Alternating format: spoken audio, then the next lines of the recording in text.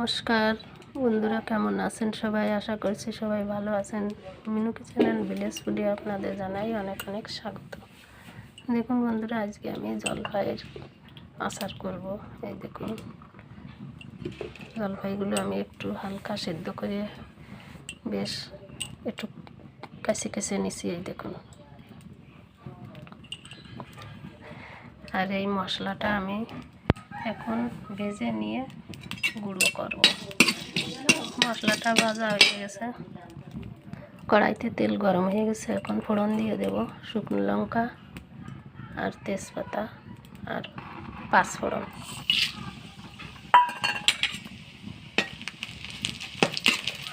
আর তেলটা হচ্ছে সরিষার তেল দিয়েছি।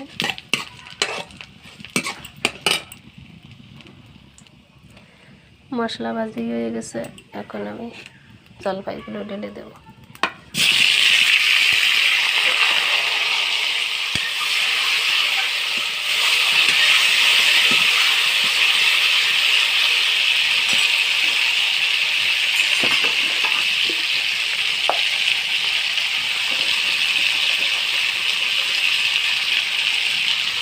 দিয়ে দেবো পরিমাণ মতো লবণ, হলুদ,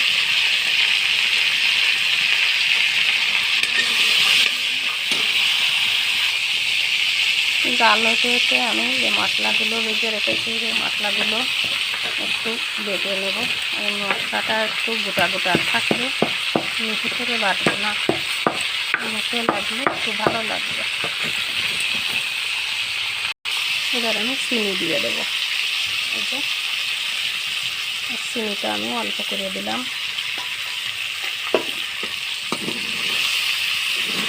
যার যার পছন্দ মতো কেউ বেশি করে দিতে পারেন, সমস্যা নেই।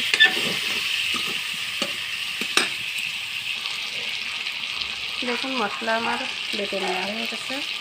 এখন আমি মশলাটা এর ভিতরে দিয়ে দেব।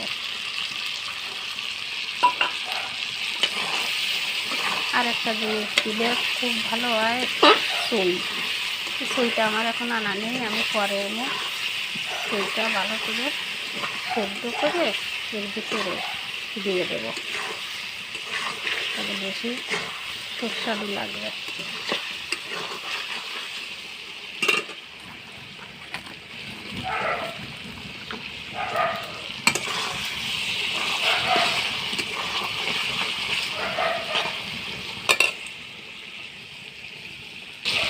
দেখুন বন্ধুরা, আমার আচারটা কত সুন্দর কালার হয়েছে। দেখুন, আর শীতকাল মানেই জলপাই আচার। জলপাইগুলো এখন প্রচুর পরিমাণে পাওয়া যাবে।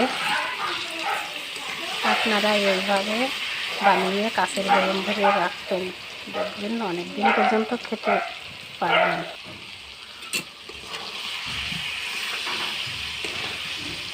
দেখুন বন্ধুরা, আমার জলপাইয়ের আচারটা তৈরি করা হয়ে গেছে। এই দেখুন কত সুন্দর, খুবই মুখরোচক একটা খাবার।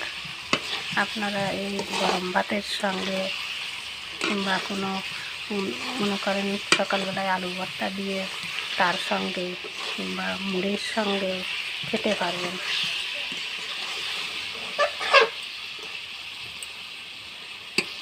আর জলপাইতেও প্রচুর পরিমাণে ভিটামিন সি আছে, আমাদের শরীরের পক্ষে খুবই উপকার। বন্ধুরা, আমার এই জলপাইয়ের আচারটা কেমন হলো আপনারা কমেন্ট করে জানাবেন। ভালো লাগলে লাইক শেয়ার করে দেবেন, আর ইউটিউব চ্যানেলটি সাবস্ক্রাইব করে পাশে থাকবেন। আর নতুন নতুন ভিডিও পেতে আমার ফেসবুক পেজটা ফলো করবেন। তা আজকে এই পর্যন্ত, সবাইকে নমস্কার।